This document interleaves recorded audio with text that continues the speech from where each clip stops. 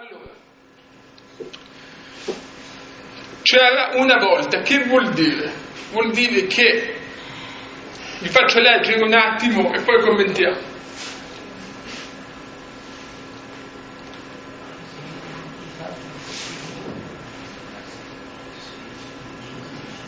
Vuol dire che le vostre capacità non si realizzano in un corso di formazione, ma è fin dal tempo della scuola o in modo sapiente, guidati, che voi arrivate all'incontro col mondo del lavoro preparati.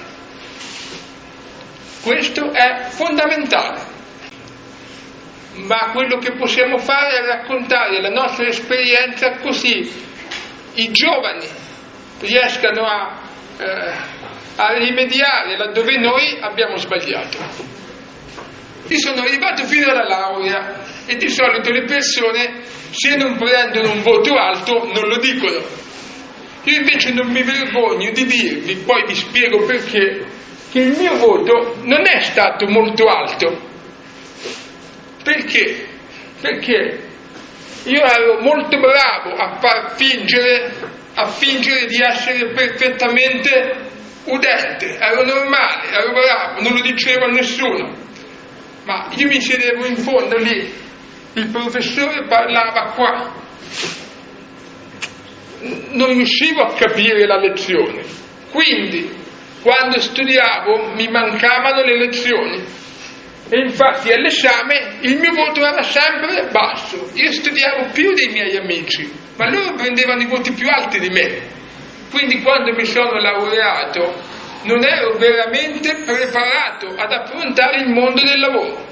Quando però l'università finisce, inizia il mondo del lavoro, e il mondo del lavoro è molto diverso dall'ambiente protetto, affettuoso, della casa, della scuola, dell'università.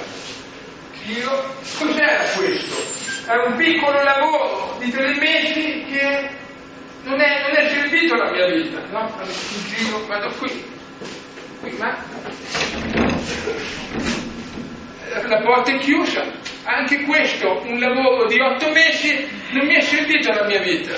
Allora vado qui, un'odissea, cerco un lavoro, vado qui. E qui non c'è niente che mi faccia crescere.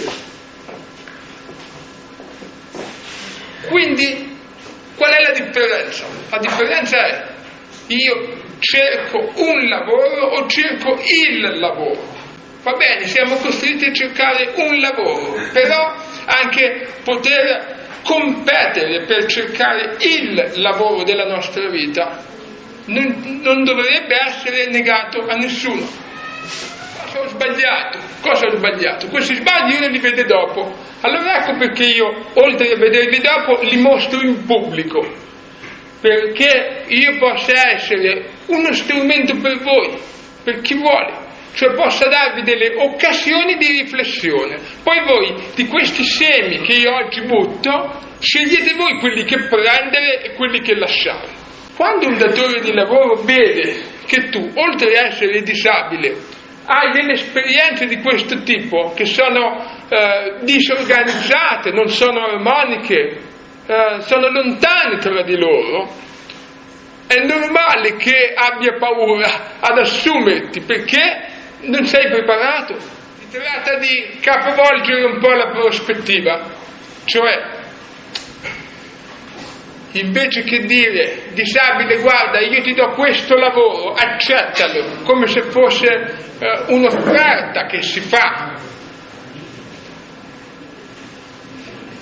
È la persona disabile che si determina da sola, che si libera da sola col proprio lavoro, che decide il proprio destino.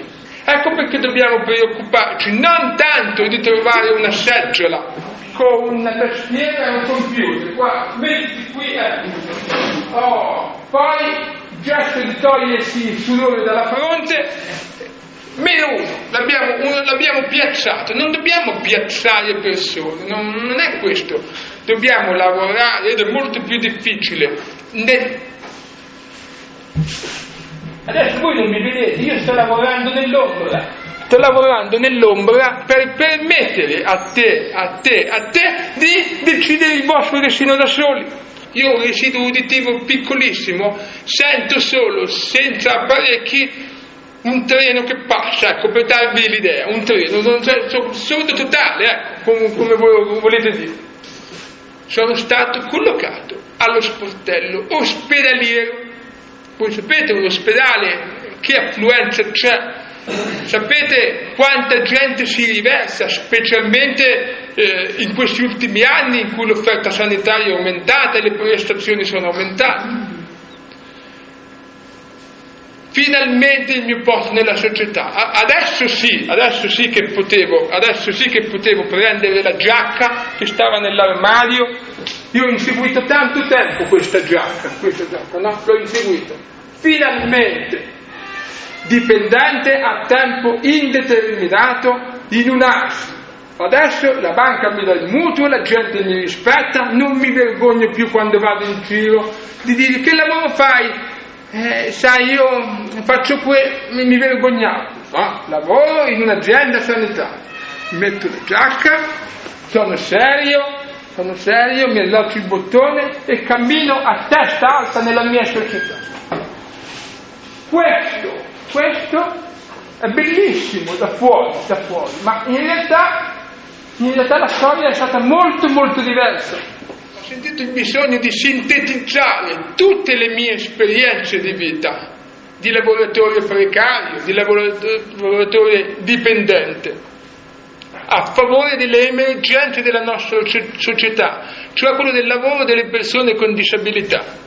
Il fatto che molte aziende preferiscano deliberatamente pagare sanzioni piuttosto che assumere persone con disabilità è un quadro talmente chiaro che si commenta da solo. Cioè c'è una scelta aziendale, una scelta che presuppone aver ponderato tanti elementi e si sceglie una soluzione chiaramente anti-economica perché è giudicata più redditizia. Non c'è altro da commentare, questo è il punto chiave su cui bisogna veramente intervenire. Ho fatto tanti colloqui che iniziavano in questo modo: ti abbiamo chiamato perché ti dovevamo chiamare. Senza che vi stia ad annoiare sul seguito, voi capite che un colloquio che inizia così, e dicono sappi che non ti assumiamo, poi dopo inizia che cosa? La burocrazia, questa bellissima signora, la burocrazia affascinante, che però è vuota.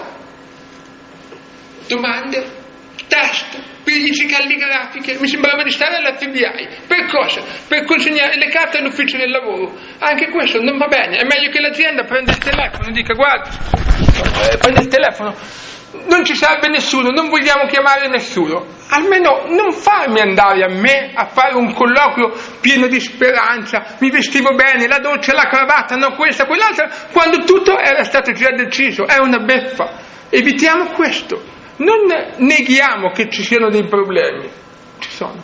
Evitiamo le beffe. C'è il danno, fermiamoci al danno. Stiamo già tanto bene pieni di danni. Evitiamo le beffe, le menzogne. Questo non credo di chiedere la luna. Sarebbe già un passo sovversivo, perché le aziende direbbero, in un processo di autoriflessione, un attimo, calma, cerchiamo di cambiare un po' le cose. Se dobbiamo chiamare questi poveri disgraziati, lo dico proprio così, per mandarli a casa, allora non li chiamiamo per niente. Già sarebbe un passo avanti. La parola chiave è autodeterminazione. Io finché posso decido il mio destino.